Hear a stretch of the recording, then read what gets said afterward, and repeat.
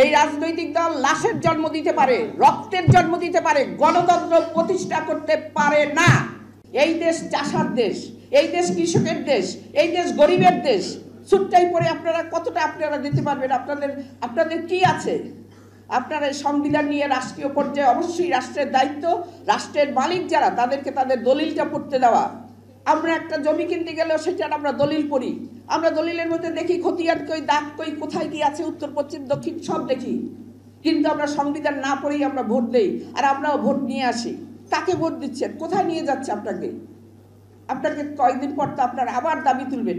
মৌলিক অধিকার দিয়েছে, মৌলিক অধিকার 142 দ্বারা আপনার যে কোনো সময় আপনাকে সমস্ত মৌলিক অধিকার, মানব অধিকার ছিনিয়ে নেওয়ার ক্ষমতা দেওয়া হয়েছে সংসদকে। এই সংসদকে দেশ বিক্রি করার ক্ষমতা দেওয়া হয়েছে, সিকিম বানানোর ক্ষমতা দেওয়া হয়েছে। লেন্দুদ্দর্জীয় সংসদের মাধ্যমে ভারতকে তার সিকিম রাষ্ট্রটি দিয়ে দিয়েছে। আপনারা জানেন যে পঞ্চদশ সংসদে নেই, নবম সংসদ যেটাকে বলা হয়, সেখানে কিন্তু এখন আমরা মুক্তিযুদ্ধ বলি। মুক্তিযুদ্ধ না, ওইখানে বলা হয়েছে মুক্তি সংগ্রাম। এখন তাহলে কি আমরা মুক্তিযোদ্ধা বাদ দিয়ে মুক্তি সংগ্রামী বলবো মুক্তিযোদ্ধাদের? তারা কেন জানে না এগুলো? সেই সংসদে তো আওয়ামী লীগ, বিএনপি সবাই ছিল। কেন মুক্তিযুদ্ধকে মুক্তি সংগ্রাম বলা হবে?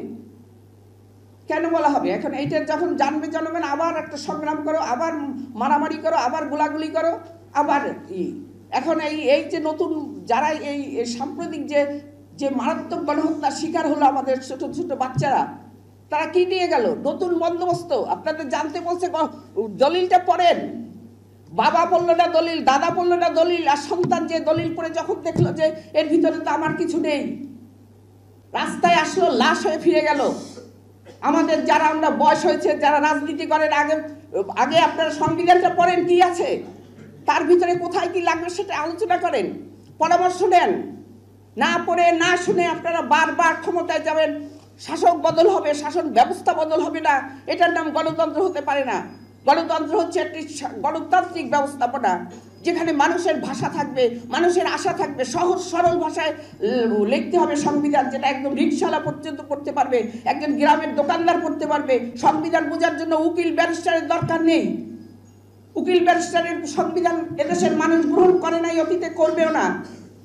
অবিলম্বে সংবিধান এই রাষ্ট্রীয় পর্যায় থেকে জনগণের ঘরে, আমরা দেখেছি ভোটার লিস্ট করতে সরকার ঘরে ঘরে যেতে পারে। আমরা দেখেছি রাজনৈতিক দল ভোটার স্লিপ বিতরণ করার জন্য ঘরে ঘরে যেতে পারে।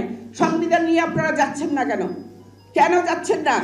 আপনারা নির্বাচন আগে তো ঘরটা ঠিক করেন, নির্বাচনের যে রেজাল্ট এনে কোথায় রাখবেন?